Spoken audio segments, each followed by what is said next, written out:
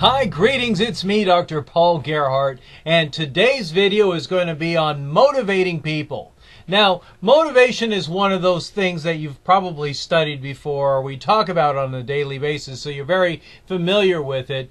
But this video is going to talk about some of the theories and things that you as a leader really must consider. So we're going to be talking about things like setting goals to motivate people, rewarding performance, key beliefs that affect people's motivation, things that you can do to create jobs that motivate people. Talk a little bit about the perception of fairness and then consequences of people who are not satisfied in the workplace. So let's get right into this video. What is motivation? Motivation are forces that energize, direct, and sustain a person's performance. Managers truly must recognize that in order to motivate people, people have got to join the organization, remain in the organization, come to work regularly, perform, and exhibit good citizenship. And so you can hire the very best people, but if you don't create systems and recognize how your actions affect other people, then you probably are going to lose people, which increases the cost of doing business, and you probably aren't going to have the most effective teams possible. So let's get right into this and talk about setting goals. There's a theory actually called goal setting theory, and that's a motivation theory that states that people have conscious goals that energize them and direct their thoughts and behaviors towards a particular end. And so part of this model really is about understanding meaning, making sure that goals are acceptable, making sure that they are specific and quantifiable, and challenging but attainable. So I can think about working in a corporate situation where things were always changing all the time, and I didn't really get the bigger picture of why the changes were being mandated, but I could remember how much it irritated me that we were constantly changing and things seemed like it was constantly challenging. And as a result of me going to school and really understanding the dynamics of a business, it helped me truly understand that things are always moving and changing, and if employees aren't changing, the organization becomes weaker and weaker. So this is why as leaders we really need to help our people understand how what they do makes a difference, and we need to be challenging them all the time with clear, high standards. So let's talk about stretch goals. Stretch goals are targets that are particularly demanding, sometimes even thought of as impossible, and we need to recognize that a vertical stretch are goals that are aligned with current activities, including productivity and financial results, and then horizontal stretch goals involve people's professional development, such as attempting to learn new and difficult things. And so we must always have clear and identified stretch goals, both vertical and horizontal. Let's talk about the law of effect. Edward Thorndike in 1911 stated that behavior is followed by positive consequences will likely be repeated. So it really makes sense to make sure that leaders truly must be reinforcing positive behavior all the time, and that's going to help enhance performance. It's a very, very simple concept, but it really is true that as a leader you have a lot of influence on the productivity and motivation of others. Skinner was another psychologist that talked about reinforcement theory, and he talked about positive reinforcement, negative reinforcement, punishment, and extinction. And so positive reinforcement is applying consequence that increases the likelihood of a person repeating the behavior that led to it. Praising someone, for instance. So, good job, Bill. That was you really did that very quickly, and look how awesome that looks. Great job. Thank you. Keep that up. So negative reinforcement is removing or withholding an undesirable consequence. Punishment is administering an adverse consequence, writing somebody up, docking someone for pay, documenting poor performance, scolding someone, then of course documenting it. Extinction is withdrawing or failing to provide a reinforcing consequence. So when this occurs, motivation is reduced and behavior is extinguished or eliminated. Managers may unintentionally extinguish desired behaviors by not giving a compliment for a job well done, forgetting to say thanks for a favor, setting an impossible performance goal so that a person never experiences success, and so on. So let's talk about now the consequences of making a sales presentation, for instance. So a coworker makes a sales presentation, and you either recognize it as an effective presentation or a poor presentation. If it's an effective presentation, the manager says, "Good job." Negative reinforcement, the manager doesn't criticize it. If it's a poor presentation, you use extinction. Either the manager offers no praise or punishes it, giving a reprimand, for instance. So, simple application of Skinner's theory. Another theory is Victor Vroom's expectancy theory. And this is a theory that suggests that people will behave based on their perception of likelihood that their effort will lead to a certain outcome and on how highly they value that outcome. So he uses a term we really don't use called valence. And in this term, essentially it recognizes that how much effort goes into it and performance that goes into it, the reward really must equal, be worth it in a sense. So expectancy. How am I that my reward, my efforts will lead to good performance? So how confident am I that my effort will lead to good performance? And then there's something called instrumentality.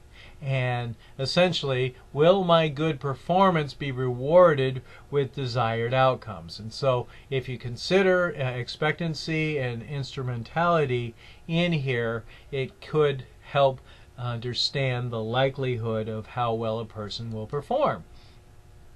So the first belief with expectancy is that people's perceived likelihood that their efforts will enable them to attain their performance goals could be high if the person truly understands what the rewards are. So expectancy, employees' perception of the likelihood that their efforts will enable them to attain their performance goals. Instrumentality, the perceived likelihood that the performance will be followed by a particular outcome. And then valence, the value an outcome holds for the person contemplating it. One of the most famous of all psychologists is Abraham Maslow. And his simple theory on motivation really makes a lot of sense, and this theory came around in the 1950s, and we still talk about it today. You know, at the very bottom of his hierarchy, and we often talk about it as a pyramid, is the physiological needs. And Maslow described these as food, water, sex, and shelter. Obviously, we don't talk about sex in the workplace. We shouldn't talk about sex in the workplace. But these are things that we physiologically need according to Maslow. So as an employer, we need to make sure that we have those things considered. Are you paying someone enough so that they can afford a roof over their head and food? Safety or security, this is protection against threat and other things that may harm them. So do you have safe working conditions, for instance? Sociological or social, and that's about friendship, affection, belonging, and love. So are people allowed to be friends in the workplace? Do people really like working with their colleagues?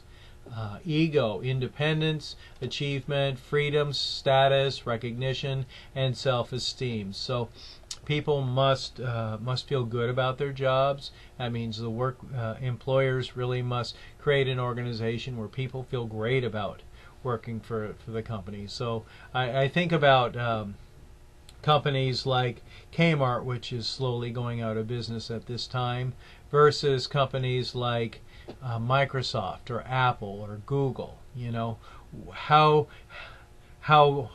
challenging is it to get those jobs, and how good do those employees feel about working for those companies? And so those are considerations. How has management done a job in shaping the culture and in allowing people to feel good about where they are? And then self-actualization, realizing one's full potential, becoming everything that one is capable of being. So as a manager, you really must help people understand their strengths and allow them to grow in the organization and provide the resources so that they can do what they love to do and be the best that they can be, because we spend about a third of our lives. And so according to this theory, if you pull any of those motivators away, it will diminish the level of motivation that a person has. So if you have all the the safeties, social, ego, and self-actualization in place, but you decide to give someone a demotion in pay, cutting their pay significantly in half,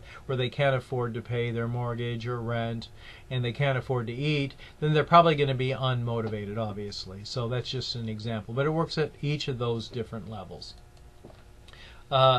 Alderfer's theory is very, very similar, and Alderfer arranged Maslow's hierarchy essentially into three different groupings: existence needs, relatedness needs, and growth needs. So with growth needs at the very bottom, you motivate people to be productive by allowing them to creatively change themselves in their environment.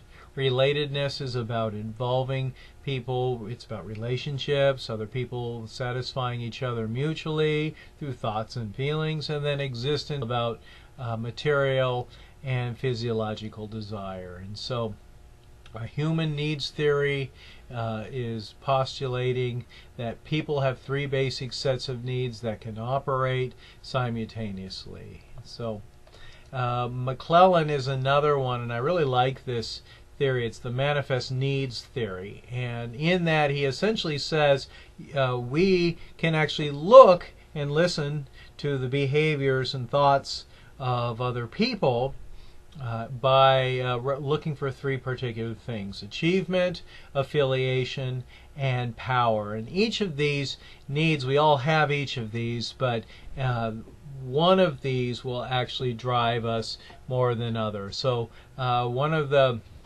most desirable traits of an employee is the people with a high need for achievement, and that's a strong orientation towards accomplishment and an obsession with success and goal attainment. Need affiliation is a strong desire to be liked by other people, and then need for power is a desire to influence or control other people. So as this theory goes, you give people what they need to be motivated, and you do that based on what you know about them. So if you know somebody likes to achieve things, give them lofty goals and challenge them to accomplish them, and then you got to praise and reward them. Failing to praise someone who has a high achievement need is like abuse.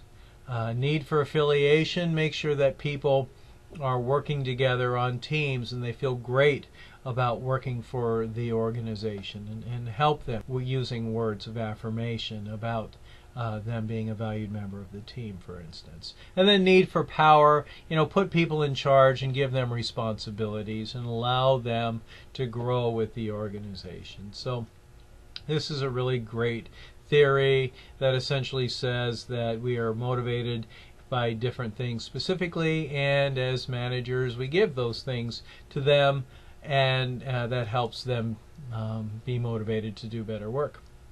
There's a thing called extrinsic rewards and intrinsic rewards, and these are the key things that we must think about when we're designing jobs. Extrinsic rewards are rewards given to a person by the boss, for instance, the company, or some other person. And then intrinsic rewards is rewarding it's with work that is directly related to performing the job itself.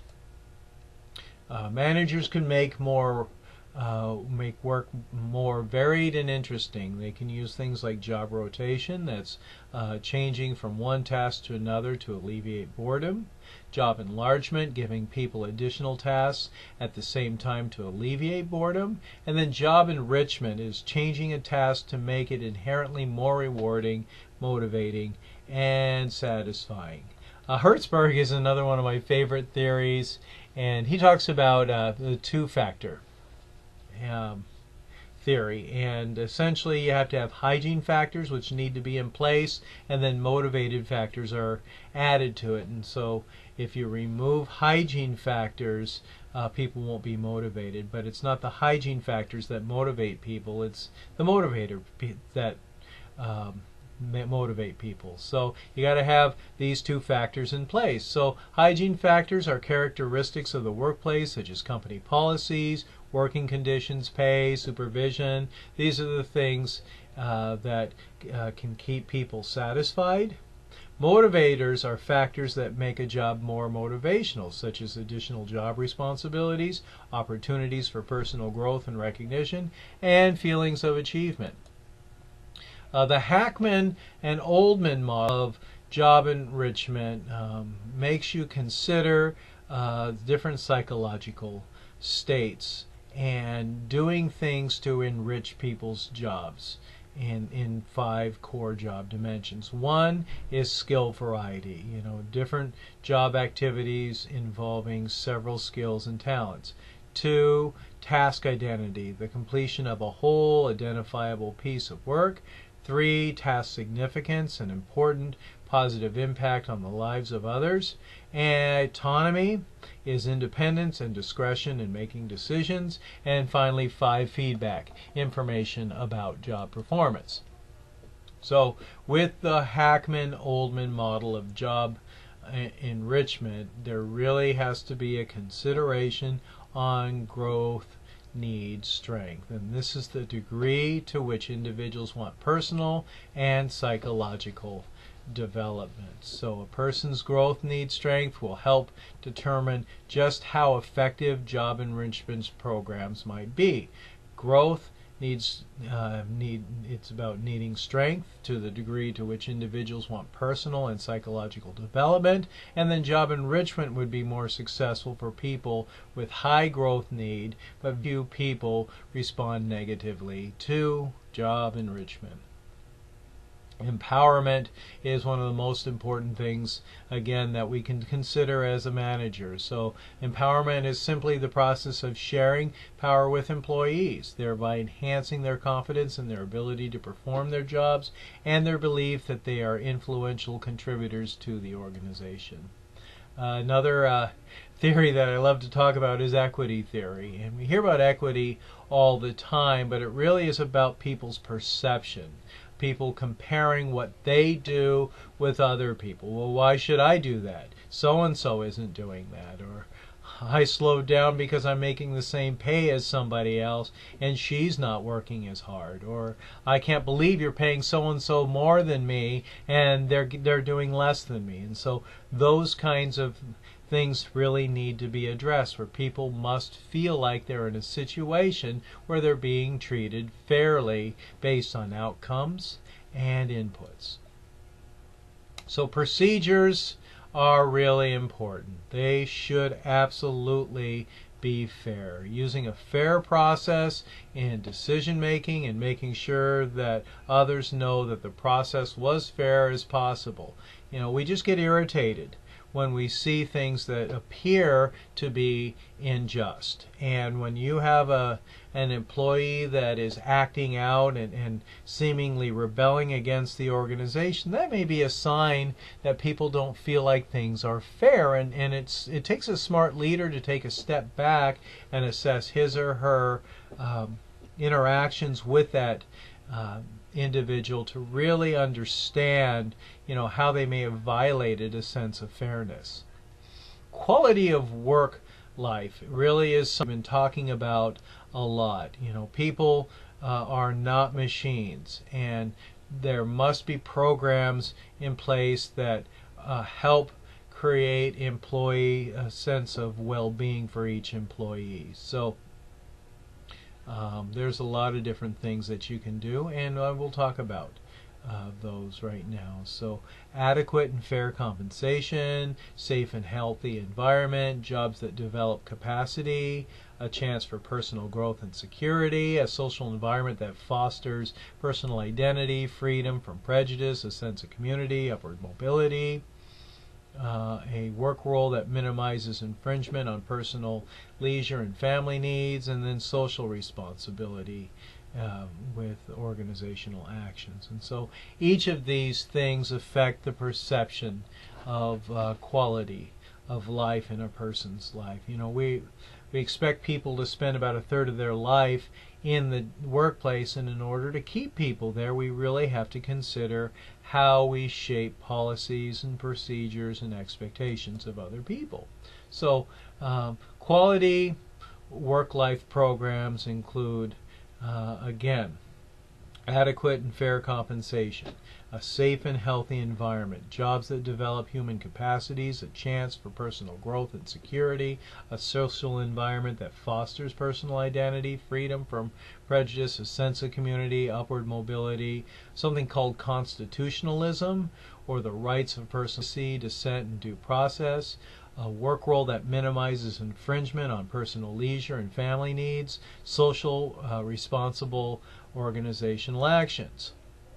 So we have what's called a psychological contract, and that really is a perception of what employees owe their employers and what their employers owe them. It's a relationship, and so people need to be very, very clear on how their actions affect people's perceptions, and we are, as managers, the organization to our employees, and so we have to make sure that we are not violating that relationship. Trust is one of the most important things that we need to give to others in order to get, but we need to never violate the trusts that are in place, and those things make working relationships much stronger. So you've got to challenge employees. You got to give them job security. You got to recognize that you're giving them adequate pay and compensation. The work itself must be recognized as rewarding. Employees must have proper benefits. They have to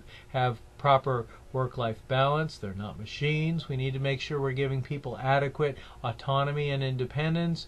We need to recognize excellent performance and give people the opportunity to grow their skills and abilities, give the right resources, and make sure that you as a supervisor develop a healthy, strong relationship and do our part in shaping the corporate college, the corporate culture. So a lot to think about with motivating people, and this has been about 23 minutes, and so I'm going to stop it here, but I double dog dare you to consider some of the theories in place and consider how your actions affect other people's motivation and performance. Thanks so much for watching this video. I hope that you have a great day, because only you get to choose how you feel about it. I'm Dr. Paul